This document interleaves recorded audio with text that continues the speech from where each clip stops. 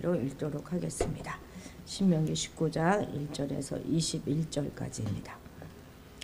내 하나님 여호와께서 이 여러 민족을 멸절하시고 내 하나님 여호와께서 그 땅을 내게 주심으로 내가 그것을 받고 그들의 성읍과 가옥에 거주할 때에 내 하나님 여호와께서 내게 기업으로 주신 땅 가운데에서 새 성읍을 너를 위하여 구별하고 내 하나님 여호와께서 내게 기업으로 주시는 땅 전체를 세 구역으로 나누어 길을 닦고 모든 살인자를 그 성읍으로 도피하게 하라.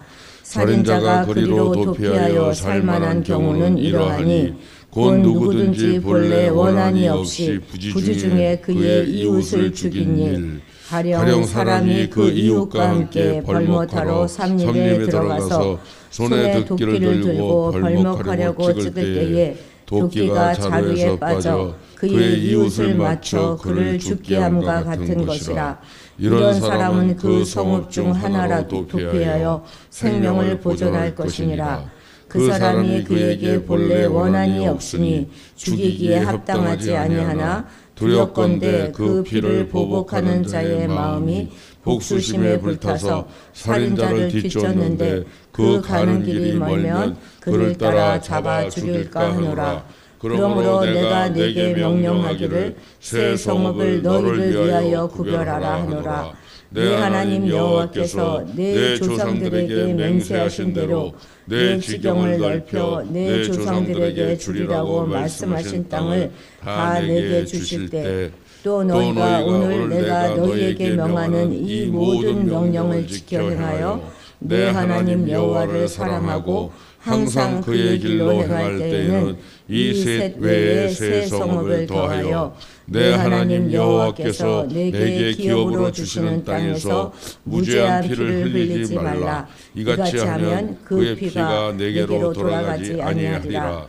그러나 만일 어떤 사람이 그의 이웃을 미워하여 엎드려 그를 기다리다가 일어나 상처를 입혀 죽게 하고 이 한 성읍으로 도피하면 그 본 성읍 장로들이 사람을 보내어 그를 거기서 잡아다가 보복자의 손에 넘겨 죽이게 할 것이라. 내 눈이 그를 긍휼히 여기지 말고 무죄한 피를 흘린 죄를 이스라엘에서 제하라. 그리하면 내게 복이 있으리라. 내 하나님 여호와께서 내게 주어 차지하게 하시는 땅, 곧 내 소유가 된 기업의 땅에서 조상이 정한 내 이웃의 경계표를 옮기지 말지니라.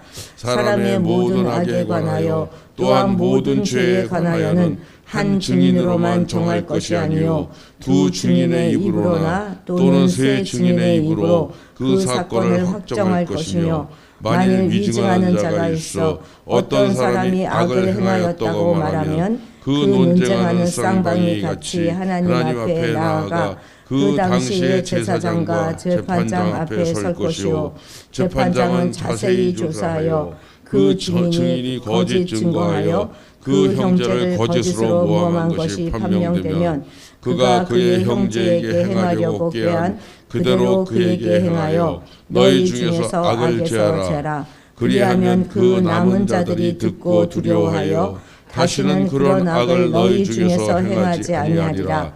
내 눈이 긍휼히 여기지 말라. 생명에는 생명으로, 눈에는 눈으로, 이에는 이로, 손에는 손으로, 발에는 발로이니라. 아멘. 오늘 읽은 이 신명기 19장에서는 도피성 제도를 서술하고 있습니다. 성서는 살인하지 말라 이렇게 가르치고 있는데요. 이것은 의도적인 살해 금지를 명령합니다. 그런데 그렇다면 의도적이지 않게 비의도적으로 사망사고가 발생한다면 이것을 어떻게 해야 할까요?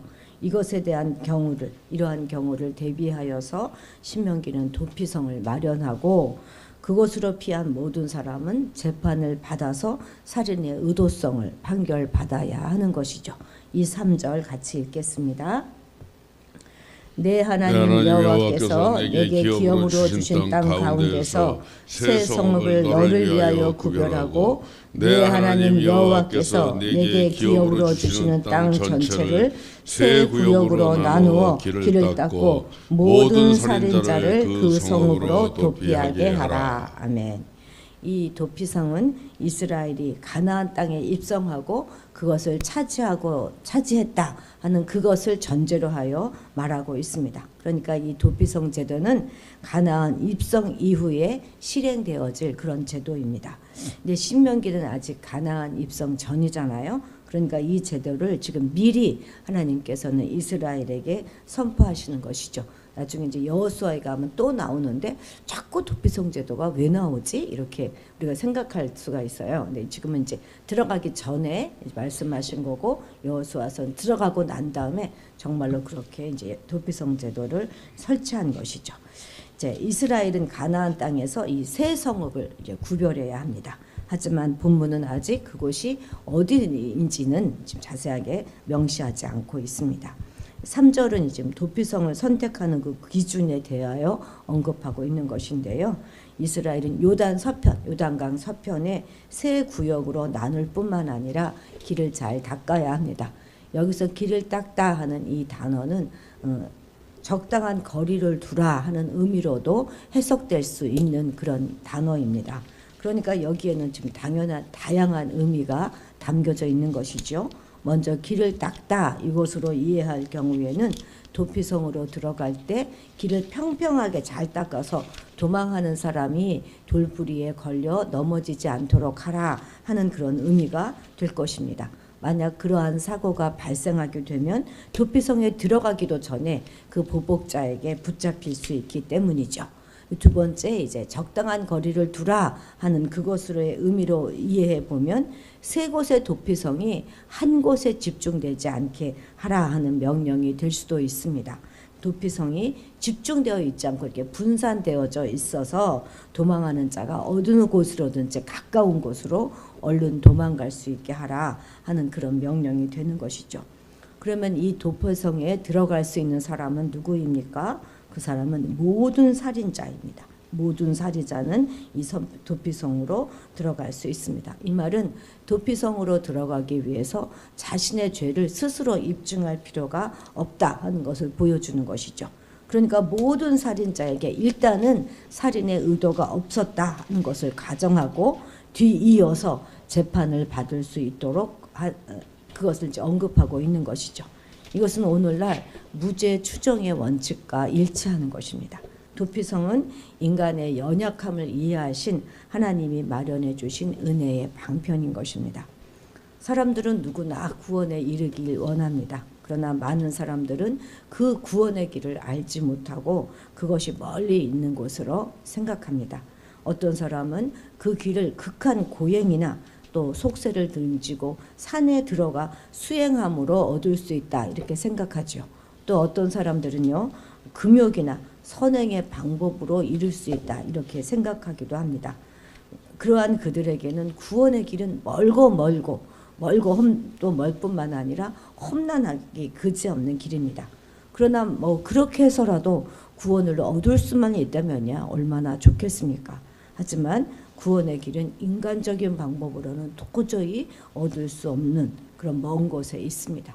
그런데 또 한편으로 생각해 보면 구원의 길은 결코 먼 곳에 있는 게 아니죠. 인간적인 방법으로는 구원에 결코 이룰 수 없지만 하나님께서 우리를 예비해 주신 그 구원의 길은 참으로 우리에게 가까이 있습니다. 그 길은 어떤 길입니까? 바로 예수 그리스도라고 하는 도피성입니다. 그 길은 내가 힘써 뚫고 나아갈 필요가 없는 그런 길이에요. 왜냐하면 주님께서 친히 닦아 놓으셔서 누구든지 그 길을 통하기만 하면 구원에 이를 수 있도록 해주셨기 때문이죠. 단지 우리가 그 구원의 길에 이르려면 그리스도의 복음을 믿어 그분을 영혼의 구주로 받아들이기만 하면 되는 것입니다. 여기에는 어떤 다른 노력이 요구되어지지 않습니다. 기억하십시오. 구원의 길은 우리 가까이에 있는 오직 예수 그리스도의 십자가의 길뿐이다 하는 그 사실을 말입니다. 하나님은 우리를 구원하시기 위해서 그리스도를 이 땅에 보내주셨고 그 외에 다른 길을 구원의 길로 주신 바 없으십니다. 우리 10절도 같이 읽겠습니다. 내 하나님 여호와께서 내게 기업으로 주시는 땅에서 무죄한 피를 흘리지 말라. 이같이 하면 그 피가 내게로 돌아가지 아니하리라. 아멘. 이 말씀은 그 백성들 중에서 억울한 일을 당하여 무고한 피를 흘리는 일이 없도록 하라 하는 말씀으로 하나님이 우리 각 사람의 생명을 얼마나 귀하게 보고 계시는가 하는 것을 우리가 엿볼 수 있도록 해줍니다. 사실 고대 근동 지방에는요, 각 그런 민족마다 저마다 어떤 특별한 성역을 가지고 있어서 범죄자들이 이 장소로 피하고 나면은 무슨 죄를 지었든지 간에 체포할 수가 없었어요.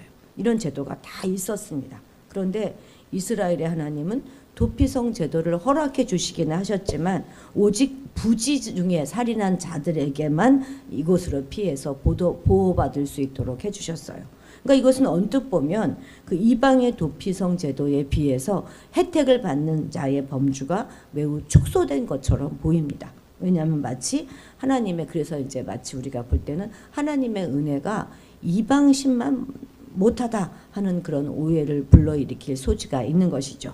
그러나 이것은 오히려 하나님이 과연 미쁘시고 모든 생명을 귀하게 보시는 분이심을 알게 해주는 것입니다. 만일 고이든 비고이든 모든 살인자로들로 하여금 이 도피성에 피하기만 하면 무조건 살게 해준다면 그러면 억울하게 죽은 사람은 어떻게 그 억울함을 풀 수가 있겠습니까? 하나님은 힘센 가해자들만의 하나님이시고 약한 피해자들의 하나님은 아니시라는 말은 아니잖아요. 하나님은 결코 그런 분이 아니시죠. 하나님의 관심은 오히려 약한 자들에게 더 쏠려 있습니다. 하나님은 고아와 과부를 돌보시고 억울한 자를 신원해 주시기를 기뻐하시는 그런 분이십니다. 그러므로 도피성에 피하여 보호받을 수 있는 사람은 부지 중에 살인한 자들만이 그 자들만으로 제한되어야 하는 것이 마땅한 것이죠. 어떻게 보면 부지 중에 살인한 자, 그도 큰 피해자이잖아요.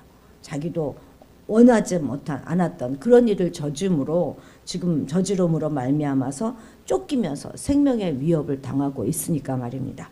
하나님은 그들을 그 억울함으로부터 구원하시고자 도피성을 세우게 하셨던 것이죠.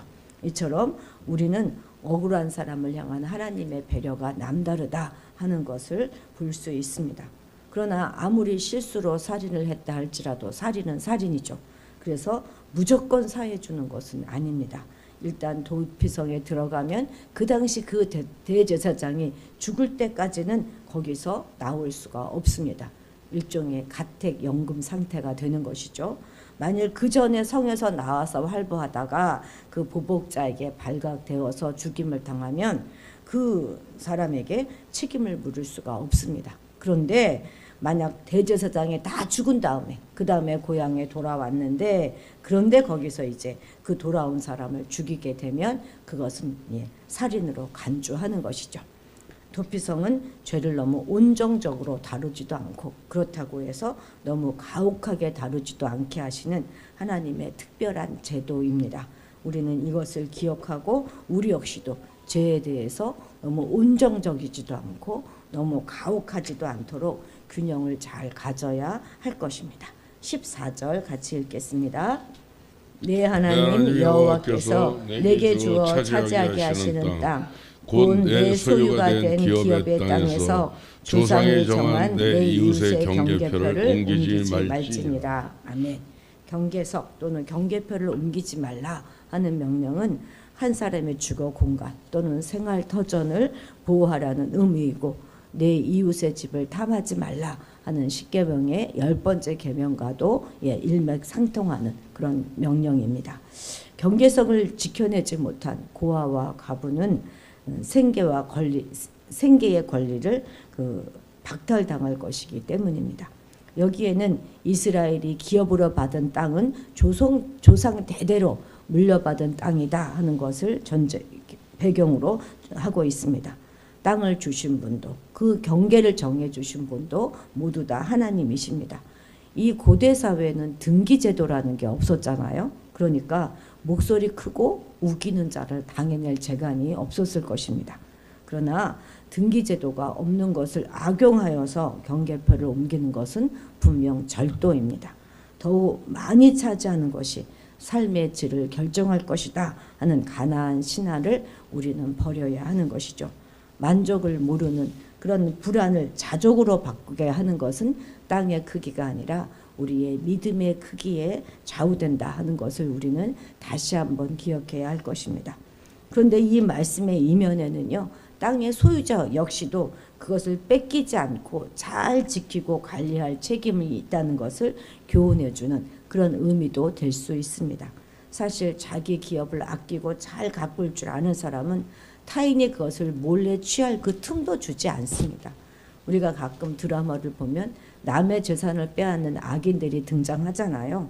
그 악인, 그런 사람도 물론 악인이지만 보면 너무 사람들을 잘 믿고 사람들을 의지하고 자기 재산을 제대로 관리하지 못해서 그런 결과를 맞는 경우도 허다하지 않습니까?